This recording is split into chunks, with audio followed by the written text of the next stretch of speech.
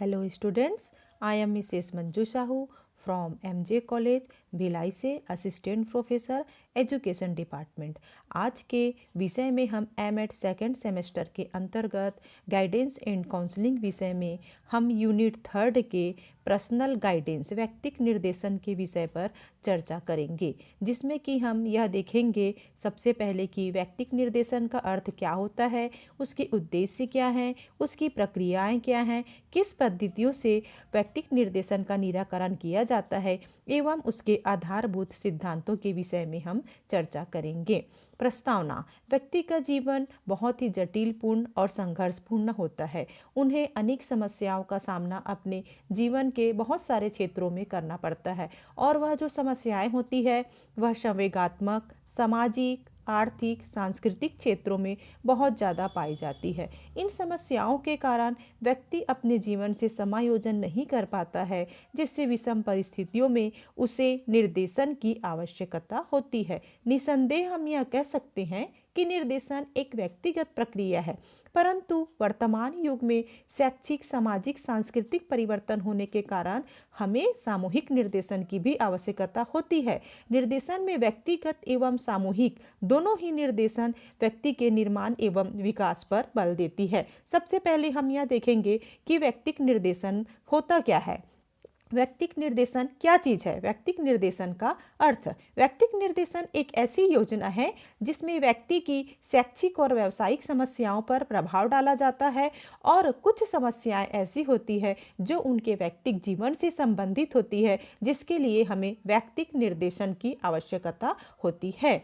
व्यक्तिगत निर्देशन के उद्देश्य। व्यक्तिगत निर्देशन के उद्देश्य वैसे तो व्यक्ति की सभी समस्याओं को समाधान करने का भरपूर प्रयास किया जाता है, परंतु व्यक्तिगत निर्देशन के उद्देश्यों के अंतर्गत हम उसके उद्देश्य में सबसे पहला उद्देश्य यह देखते हैं कि व्यक्तिगत निर्देशन में परामर्श देने वाला व्यक्ति व्यक्तिगत रूप से संतोष प्रदान करके उसको सहायता प्रदान करता है।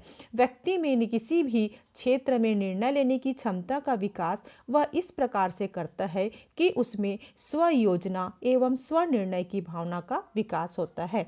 सामाजिक होने में सहायता देना। व्यक्तिगत निर्देशन के अंतर्गत परामर्श देने वाला व्यक्ति व्यक्ति की परस्पर समस्याओं का समाधान करते हुए जीवन के हर क्षेत्र में वह समायोजन होने के लिए उन्हें सहायता प्रदान करता है। व्यक्ति में आत्मविश्वास पैदा करना। व्यक्ति में आत्मविश्वास पैदा करना मतलब उनके गुण एवं दोषों का मूल्यांकन करके उन्हें सेल्फ डिपेंड इस तरीके से बनाना कि वह अपने निर्णय लेने में सक्षम हो सके। स्वनिर्देशन की योग्यता विकसित करना। स्वास्थ्य के प्रति सचेत रहने में सहायता करना। स्वनिर्देशन की योग्यता विकसित करना मतलब यह होता है कि वह अपने जीवन में आने वाली बाधाओं को, समस्याओं को स्वयं वह हल कर सके और व्यक्तित्व निर्देशन के अंतर्गत परामर्श देने वाला व्यक्ति उन्हें अपने शरीर के प्रति स्वास्थ्य के महत्व से भी महत्वपूर्ण अवगत कराता है। व्यक्तिगत समस्याओं तथा शैक्षिक चयन के बारे में उचित निर्णय लेने की क्षमता का विकास करना। यहाँ पे व्यक्तिगत समस्याओं का मतलब यह बताया जा रहा है कि व्यक्तिगत निर्देशन के अंतर्गत व्यक्ति की पर्सनल समस्याओं को उनसे सौहार्दपूर्ण व्यवहार स्थापित करते हुए उसके मन की भावनाओं को समझते हुए उसे शैक्षिक चयन के बारे में उचित निर्णय लेने की क्षमता का विकास करना। इसके बाद हम देखेंगे कि व्यक्तिगत निर्देशन की प्रक्रिया। व्यक्तिगत निर्देशन की प्रक्रिया में दो बातें अत्यंत महत्वपूर्ण होती हैं। सबसे पहला बात यह है कि व्यक्ति का अध्ययन किया जाता है और दूसरा बात यह है कि व्यक्तिगत समस्याएं इसमें शामिल की जाती है। व्यक्तिगत निर्देशन की संपूर्ण प्रक्रिया में व्यक्ति का अध्ययन उसके पर्सनल जीवन से संबंधित हो या फिर प्रोफेशनल जीवन से संबंधित हो, वह व्यक्तिगत समस्याएं होती है, वह पूर्ण रूप से समूह की समस्याएं नहीं होती हैं।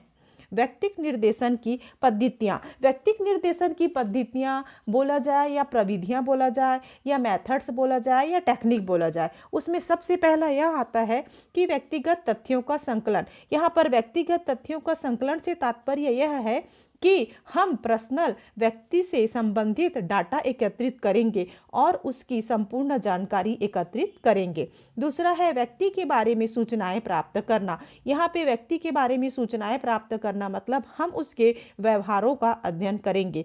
व्यक्तिगत समस्या के बारे में सूचना प्राप्त करना।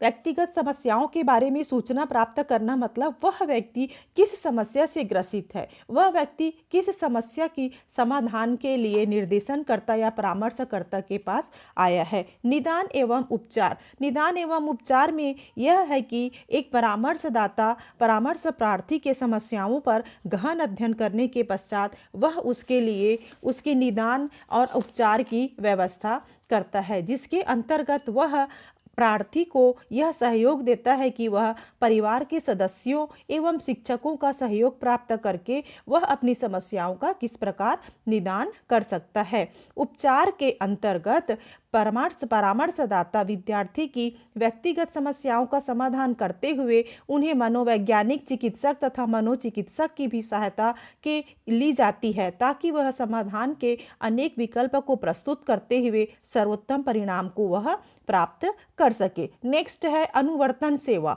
Follow up. फॉलो अप मतलब यह होता है कि व्यक्तिगत निर्देशन हेतु निर्देशनकर्ता को नियमित रूप से अगर व्यवस्थित अनुवर्तन सेवा दी जाती है, परंतु यह उपचार एक बार में कारगर सिद्ध नहीं होती है, तो इसके लिए यह होता है कि वह अन्य उपचार कर सके, मतलब दूसरी बार उसे परामर्श दिया जा सके और उसका उपचार किया जा सके।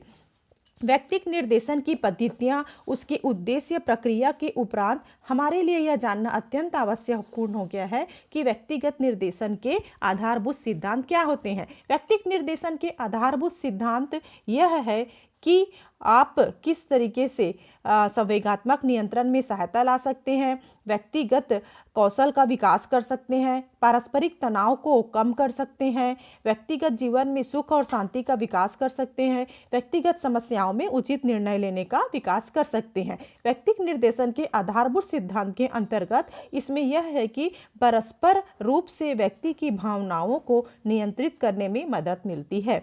व्यक्तिगत निर्देशन के अंतर्गत निर्देशनकर्ता उसके व्यक्तिगत कौशलों का विकास करता है और उसके पारस्परिक तनाव को कम करते हुए उसके व्यक्तिगत जीवन में सुख और शांति का विकास करते हुए उसे व्यक्तिगत समस्याओं से उचित निर्णय लेने का विकास करता है। उपसंहार के अंतर्गत मैं यह बताना चाहूंगी कि यह जो व्यक्तिगत निर्देशन है वह यह है कि व्यक्ति की समस्याओं के दोनों पक्षों, व्यक्तिगत एवं सामाजिक समस्याओं का निदान किया जाता है। व्यक्तिगत निर्देशन का प्रयोजन व्यक्ति के शारीरिक, सांवेगिक, सामाजिक, नैतिक और आध्यात्मिक विकास एवं समायोजन में सहायता प्रदान करता है। इस व्यक्तिगत निर्देशन के प्रकरण के लिए मैंने कुछ विषय वस्तु एवं कुछ बुक्स की सहायता ली है, जिसमें से हैं डॉक्टर सीताराम जायसवाल एवं डॉक्टर रामपाल सिंह। धन्यवाद।